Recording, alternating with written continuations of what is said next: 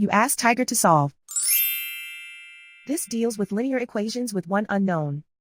The final result is x equals 1. Let's solve it step by step.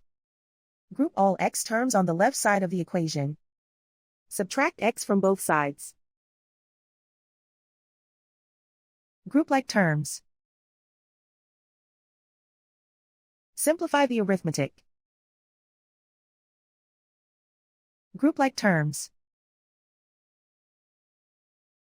Simplify the arithmetic. Group all constants on the right side of the equation. Add 1 to both sides. Simplify the arithmetic.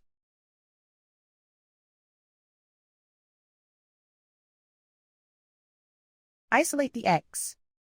Divide both sides by 5.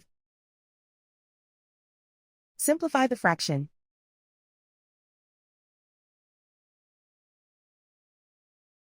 And so the final result is x equals 1.